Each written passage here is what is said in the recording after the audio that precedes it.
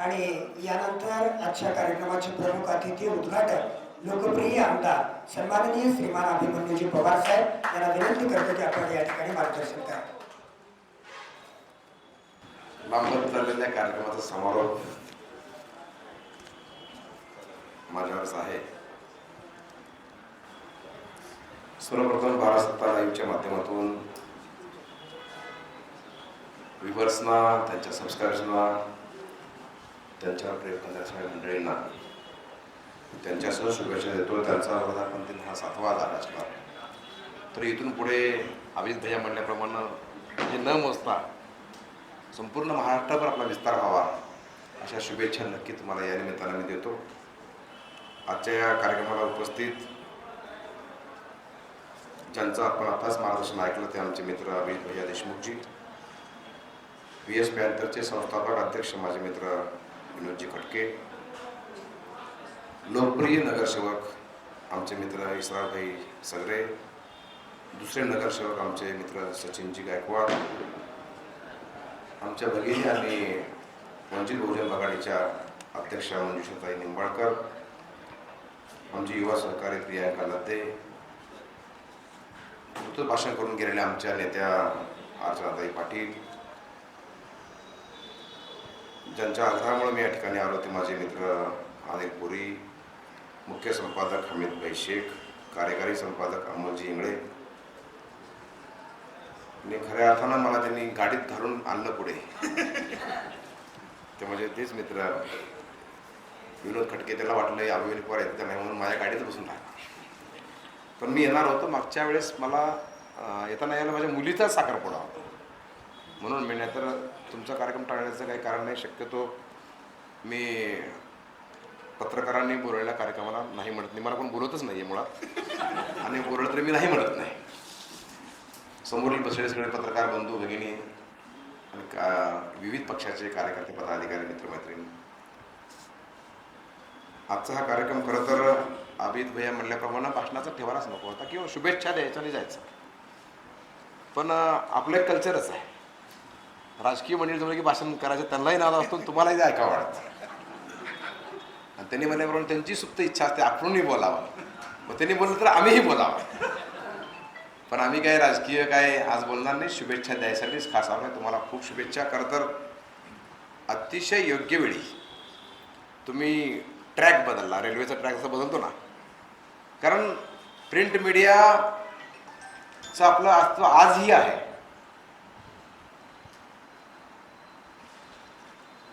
आज ही कुठली बातमी आली की अगोदर खेड्यातले लोक असेल किंवा अजूनही ग्रामीण भागामध्ये पेपरला आले का विचारतात. म्हणजे अजून डिजिटल प्लॅटफॉर्मची विश्वासार्हता यायला काळ लागणार आहे.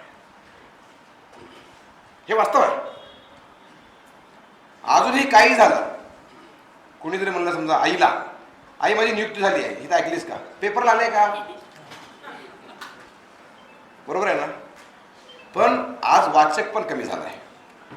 एकीकडे हे जरी खरं असलं तरी वाचकांची संख्या फार कमी झाली आहे. योगायोगानं उद्या परवाच्या दिवशी भारतरत्न डॉक्टर बाबासाहेब आंबेडकरांची आपण जयंती साजरी करतोय. बाबासाहेबांनी सांगितले वाचाल तर वाचाल. त्यावेळेस म्हणजे अजून सुद्धा वाचनाची गरज आहे. हा वाचल्याशिवाय बोलता येत नाही. तुम्ही वाचक आहात, लेखक आहात म्हणून एवढं मराठी उत्कृष्ट बोलू शकतो आपण. आजच्या ह्या पिढीला, कॉन्व्हेंटच्या विद्यार्थ्यांना काकेत कसा गावाला वळसा म्हणजे काय सांगलं विश्लेषण करता येणार नाही. किंवा आपल्या ग्रामीण ज्या म्हणी आहेत, ह्या म्हणीचा अर्थ त्यांना कळणार नाही, काहीच कळणार नाही. आपल्या पिढीपर्यंत हे सगळं चाललं, पण इथल्या पुढच्या पिढीला सगळ्या म्हणी विश्लेषण करून सांगावं लागेल. आपण सहज ज्या बोलतो म्हणी त्या बोलतो तरी त्यांना कळणार नाही. किंवा पेपरमधलं जे वाङ्मय आहे, मराठी वाङ्मय, तेही समजणार नाही. उदाहरणार्थ चिन्ह असतो, काय काय प्रश्नचिन्ह असतो, हां त्या ठिकाणी डॅश डॅश आणि डॅश डॅश डॅश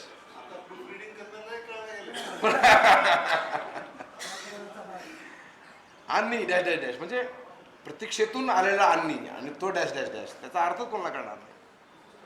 संपादकीय वाचल्याशिवाय हे कळत नाही.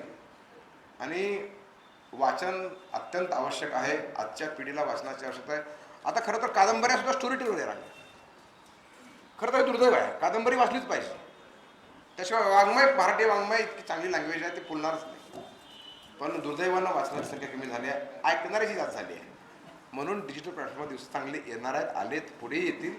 पण विश्वासार्हता आज ही पेपरची आहे हे मी ठासून या निमित्तानं सांगतो. तरीही आपण एक वेगळी पत्रकारिता करता हे नक्कीच मी मान्य करेल. कारण आपलं लोकप्रियता पण आहे आपलं चॅनल. आम्ही कधी प्रवासामध्ये रेल्वे असं वेळ मिळत नाही, पण नक्कीच मी ज्यावेळेस बाहेरून प्रवास करत असतो त्यावेळेस सगळ्या बातम्या, बातमीमागची बातमी असेल, हे असेल, ते असेल, सगळं कुणाच्या वाणीत ताकद आहे, कुणाच्या लेखणीत ताकद आहे. पण प्रत्येकानं आपलं आपलं प्रांत काबीज करून ठेवलेला आहे. आणि या सगळ्या युगामध्ये आज लातूरमध्ये सगळ्यात जास्त पत्रकार आहेत. मी महाराष्ट्र फिरला मुख्यमंत्र्यांसोबत. महाराष्ट्राच्या कान्याकोपऱ्याचा माझा थोडाफार अभ्यास आहे. पण अभिजितजी तुम्हाला खरं सांगतो, लातूरमध्ये जितके पत्रकार रजिस्टर्ड आहेत तितके महाराष्ट्रात कुठेही नाहीत. म्हणजे साप्ताहिक असेल, दैनिक असेल किंवा आणखी पाक्षिक असेल, मासिक असेल, रजिस्टर्ड आहेत. बरेच चालू पण आहेत. आणि डिजिटलमध्ये सुद्धा आज किमान लातूरमध्ये 70 तर डिजिटल प्लॅटफॉर्म आहेत. बरोबर आहे? कारण लिस्ट येते ना आमच्याकडे. पण त्यातल्या त्यात काही निवडक आहेत चांगली, सगळीच काही सुमार दर्जाची नाहीत. काही आहेत, मी स्पष्टच बोलणार आहे. पण भारत सत्ताच्या माध्यमातून होत असलेलं काम निष्पक्ष आणि अतिशय चांगलं, कुणालाही बायस न होता एक चांगली पत्रकारिता भारत सत्ता करते असं माझं या निमित्तानं मत आहे. खरं तर पत्रकारामध्ये एवढी ताकद असते, लेखणीमध्ये म्हणा किंवा वाणीमध्ये. एखाद्याचं जीवन बसवूही शकते, एखाद्याचं जीवन उद्ध्वस्ती करू शकते. पण आमच्यासारख्या अभिजितजीसारख्या राजकीय कार्यकर्त्याला तयार व्हायला 20-20, 30-30 वर्ष लागतात. आणि तयार झाल्यानंतर कोणीतरी उठावून काहीतरी लिहावं, काहीतरी बोलावं, चारित्र्य हनन व्हावं, एवढं मात्र आपण पाळलं पाहिजे सगळ्यांनीच, असं माझं मत आहे. शेवटी असंच माणूस कुणी घडत नाही, कुणीही असेल. तर विलासरावजीचं भाषण मी एकदा ऐकलं होतं. त्यावेळेस त्यांनी म्हणलं की तळावर बसून, म्हणजे विहिरीच्या कटड्यावर बसून पाणी मोजत म्हटलं उतरा. एका पत्रकाराला उद्देशून बोलले होते, मला माहिती आहे ते. आणि मधून चिपरी काढा म्हणजे कळतंय बुडल्या काय असतात. त्यामुळं खरोखरं सांगतो, मी माझं म्हणून बोलत नाही. एकूणच राजकीय कार्यकर्त्यांना त्यांचा आपला संघर्ष असतो, त्यांना आपलं घडवणं असतं, शेवटी त्याग असतो. आम्ही कुटुंबापासून महिना दूर असतो. आम्हीही काय त्याग केलेला असतो. माझं तर अर्ध आयुष्य रेल्वेतच जात आहे, जाण्यामध्येच. मी एवढा फिरतो, एवढा प्रवास करतो. शेवटी माणूस करिअर म्हणून ज्यावेळेस एखादं क्षेत्र निवडतो, तुम्ही आता तुमचं निवडलेलं क्षेत्र आहे, पत्रकारिता क्षेत्र आहे, ह्याचं सामाजिक क्षेत्र आहे, तुमचं आपलं राजकीय क्षेत्र आहे. आपण आपल्या राजकीय क्षेत्रामध्ये कुठं ना कुठं बसण्याचा प्रयत्न करतो. तो संघर्षच आहे. सगळंच काय आयतं मिळतं असं नाही, सगळ्यांनाच काही. अनेक जण नशीबवान आहे, आयतं मिळालं आहे, पण संघर्ष खूप करावा लागतो. आणि अशा वेळेस कुणीतरी त्याला इंटेन्शनली कुणाच्या सांगण्यावरून, कुणाच्या ह्याच्यावरून जर चारित्र्य हनन झालं तर तो सामाजिक गुन्हा होतो. कारण त्यांच्यावरही विसंबून अनेक लोक असतात. पूर्ण खात्री झाल्याशिवाय किंवा तुमच्याकडे एव्हिडन्स पूर्ण असल्याशिवाय करू नये असा माझा सल्ला आजच्या या शुभेच्छा देताना तुम्हालाच नाही तर सगळ्याच पत्रकारांना मी एक राजकीय क्षेत्रात काम करणारा कार्यकर्ता म्हणून विनंती करतोय. मी काय सूचना करत नाही आहे, पण विनंती करतोय की आपण खरोखरच आपण कुणाच्या ह्याच्यात तर चालू नाही ना, वैयक्तिक तर हा चालू नाही ना. त्याचं काम बरोबर तुम्ही द्या. चुकलं असेल तर बिलकुल, पत्रकार हा आईना आहे, म्हणजे त्याने आईना दाखवलाच पाहिजे. शेवटी पत्रकारिता ही लोकशाहीचा 4था स्तंभ मानतो आपण, पण आम्ही सुद्धा पहिला स्तंभ, लोकप्रतिनिधी सुद्धा, प्रशासन दुसरा स्तंभ आहे. बरोबर आहे ना? त्या स्तंभावर त्याचं काम करावं. करत असताना एकामेकाला चुका सांगाव्या. आम्ही काय चुका तुम्हाला सांगणार नाही, पण तुम्हाला तो अधिकार आहे आम्हाला सांगायचा. चुकलं तर जरूर सांगावं, लिहावं सुद्धा. पण मी अभिजितजी कधीच आतापर्यंतच्या या आयुष्यामध्ये कुणी काही लिहिलं असेल तर मी कधी प्रश्न विचारला नाही, का लिहिलास? आणि कुणी स्तुती केली तर का तुम्ही हरवून जात नाही, आणि कुणी टीका केली तर त्याला विचारायलाही जात नाही. शेवटी तो त्याचा धर्म आहे. आपण किराणं काय राहणार नाही आणि तर लिहिलेलं पुन्हा बोलून येणार नाही. त्यामुळे बोलून उपयोगच नाही. त्याच्यामुळे आपण काय कधी कोणाला विचारायला जात नाही, कधी कोणाला सांगायलाही जात नाही, आणि कधी कोणी काय चांगलं स्तुती केली तर बाबा फार तर फार थँक्यू मेसेज करतो. त्याच्यापेक्षा जास्त काय आपण काय करत नाही. पण एक नक्की आहे, का लिहिलं कधी आयुष्यात आतापर्यंतच्या जीवनामध्ये कोणाला विचारलं नाही, किंवा का बोलला म्हणून कधी विचारलं नाही. कारण उपयोग काय बोलून, ते पुन्हा काय दिवस येणार आहे का?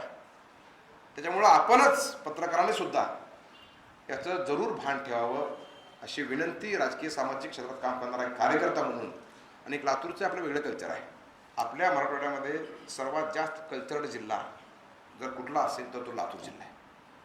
आज महाराष्ट्रामध्ये पुणे आणि मराठवाड्यामध्ये लातूर हे 2 जिल्हे कल्चर्ड जिल्हे म्हणून आजही आहेत. बाकीच्या जिल्ह्यात तुम्ही बघताय कसं आहे ते.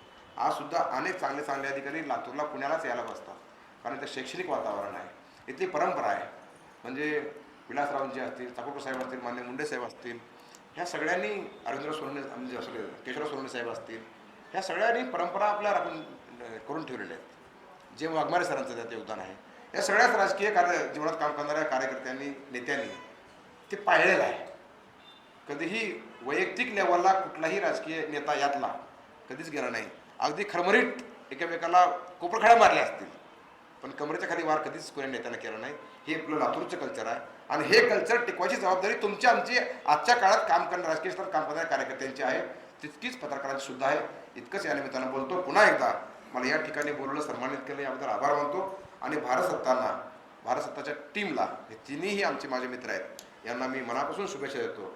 आणि मागच्या वेळेस नाही आलो तर यावेळेस येऊन ती कसं भरून काढलेली आहे असं मला वाटतंय. पुढच्या वेळेस बोलवलं तर पुढच्या वेळेस नक्की येईल. धन्यवाद. जय हिंद, जय महाराष्ट्र.